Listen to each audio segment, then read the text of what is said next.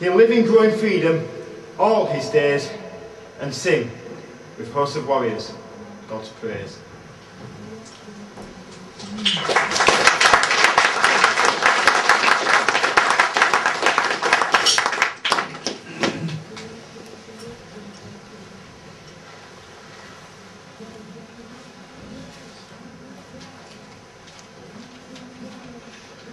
Thank you.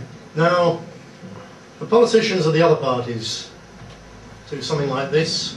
Once a year, Remembrance Day parade, and they come out and they lay the wreath in memory of men whose boots they are not fit to lick.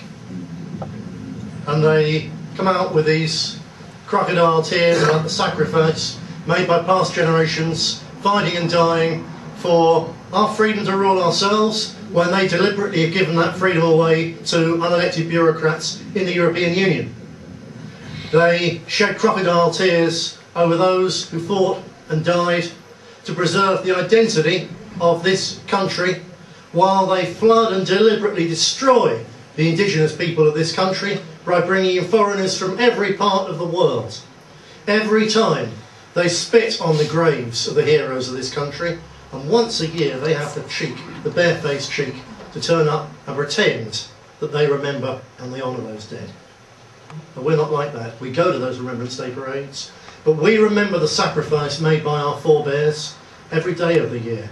Every time we go out fighting to preserve the culture, the heritage, the freedom of this country, we are doing the work of those who've fallen, fighting for those self-same things in the past. And so we'll remember in a minute those people. Many of the older ones here will remember directly. Individuals, family members, or people you heard about, cousins, uncles, who've made the ultimate sacrifice for this country in the past. But the younger ones especially should remember that the sacrifices haven't finished. They go on every day. In particular, you'll recall just in the last week the murder by Republican Marxist terrorists in Ulster of 2 young British soldiers. Their murderers claim to be patriots, but they are entirely happy with the fact that their island, the country they're supposed to be fighting for, is disappearing and becoming a cross between an Islamic Republic and part of Africa. They're not in the least bit interested in the traditional identity of Ireland. They're just Marxist, anti-British, racist filth who are being allowed to do what they do because it suits our government. The security forces know who every single one of those 80 Marxist dissidents are, but they let them run because to do anything other than that would be to admit that their peace process is actually a pack of lies which has put mass murderers into power in a part of our United Kingdom.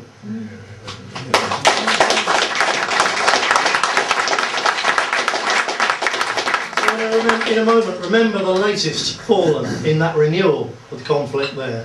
Sapper Mark Quincy, Sapper Pat Azimkar, who was half Irish and half Turkish, but nevertheless volunteered to serve the colours of this country, to fight and if needs be die, as he did, for the interests of the people of this country, and therefore he's just as much entitled to our respect and to be honoured and remembered by us as anybody else, because he made the ultimate sacrifice for these colours.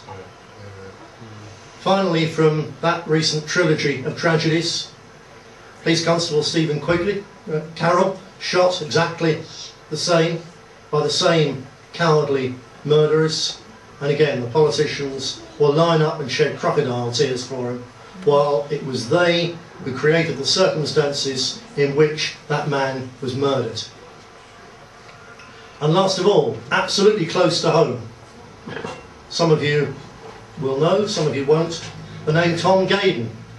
Lance Corporal Tom Gaydon, 1st Battalion the Rifles, and a proud British National Party activist, who was blown up and killed the first part of last week in Afghanistan in an unarmoured snatch Land Rover designed for use in Northern Ireland against crowds of 15-year-olds throwing stones, and absolutely useless against a ruthless Taliban enemy armed with mines and anti-vehicle weapons.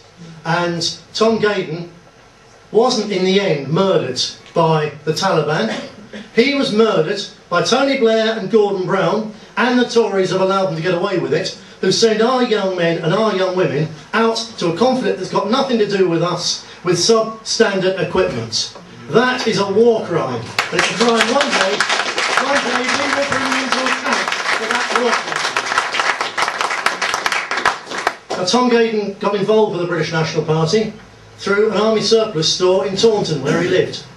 Because before his first trip out to Afghanistan, he was told by his mates that the equipment that the British Army supply you, the boots, the sleeping bags, the rucksacks, it's so lousy and cheap and low grade that it falls apart, it's no good, and you need to buy your own. So he, like hundreds, thousands of his comrades, had to go to an army surplus shop to buy the second-hand cast-offs from other people's armies just to get equipment good enough to serve this country in. What an absolute disgrace. And the swine who do that have the nerve to come turn up once a year on a Remembrance Day parade and shed crocodile tears for the dead. What hypocrites, what utter, unspeakable scum they are.